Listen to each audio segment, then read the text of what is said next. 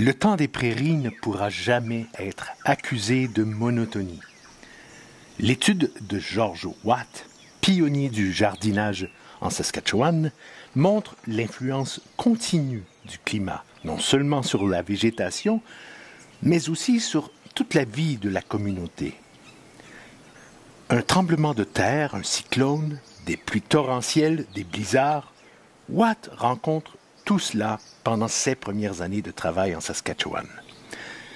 Le 16 mai 1909 a lieu le premier tremblement de terre jamais enregistré dans les plaines de l'Ouest.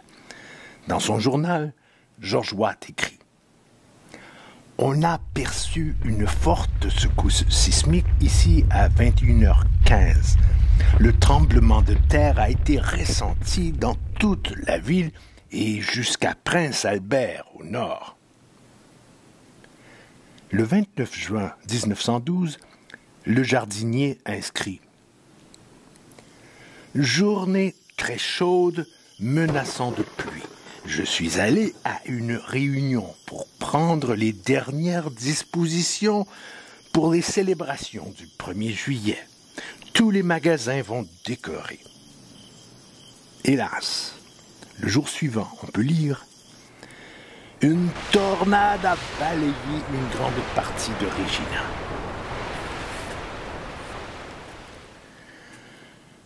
Grâce à la volonté de George Watt de tenir fidèlement son journal, nous avons un aperçu concret de ces événements tragiques. Le 1er juillet, fête du Canada, il écrit « Chaleur, tonnerre et éclairs, le résultat de la tornade d'hier est épouvantable. 65 morts et des centaines de blessés. 3 églises, la bibliothèque, les bâtiments du téléphone et des centaines d'autres bâtiments ont été rasés. L'intérieur des bâtiments gouvernementaux a été gravement endommagé. Des hommes ont commencé à nettoyer les débris autour des bâtiments. Tout va bien au palais du gouvernement. Les pertes au centre-ville sont estimées à 4 millions de dollars. Puis, le 3 juillet, il ajoute « Les tramways circulent à nouveau, au moins jusqu'au bâtiment du gouvernement. Les fils électriques et téléphoniques sont en piteux état. Il faudra attendre un certain temps avant qu'ils puissent être réparés. »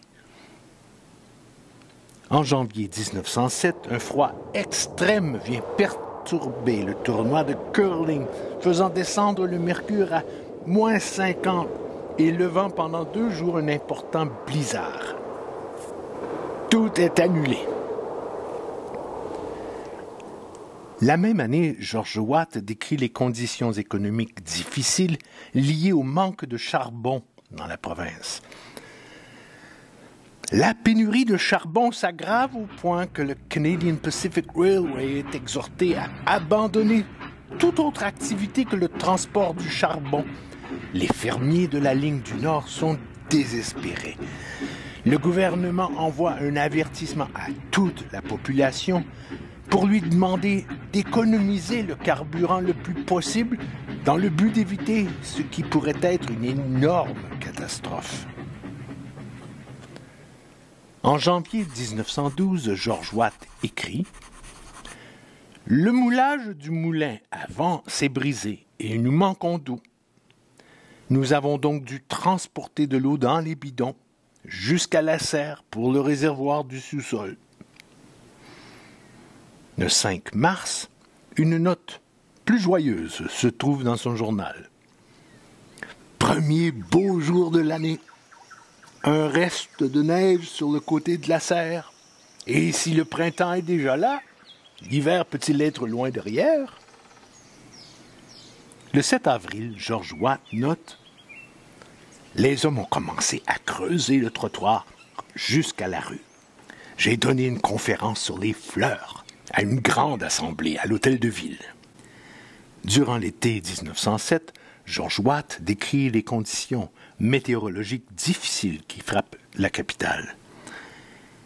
Une pluie terrible et un orage électrique se sont levés en après-midi et ont duré 3 heures. Le vent était si fort qu'il a brisé plusieurs arbres sur les terrains des bâtiments, ainsi qu'à l'hôtel du gouverneur.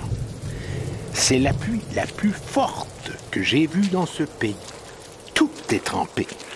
Le matin, je me suis frayé un chemin jusqu'au parc des expositions, mais je n'y ai trouvé qu'une mer de boue et d'eau. L'ouverture a été reportée.